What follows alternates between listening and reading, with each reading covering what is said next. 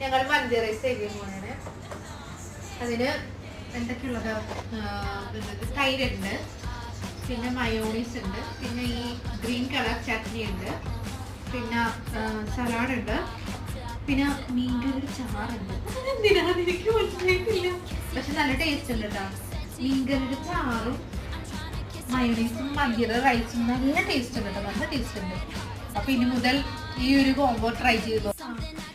Guys, നമ്മൾ അടുത്തത് try ചെയ്യാൻ പോകുന്നത് പച്ചമുളക് റെസ്റ്റോറൻറ്റിൽ നിന്ന് വാങ്ങിയ അവരുടെ സ്പെഷ്യൽ ഐറ്റമാണ് കേട്ടോ.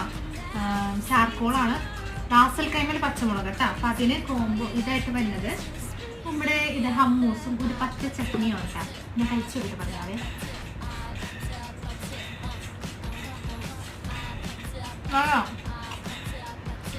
കഴിച്ചോളൂ.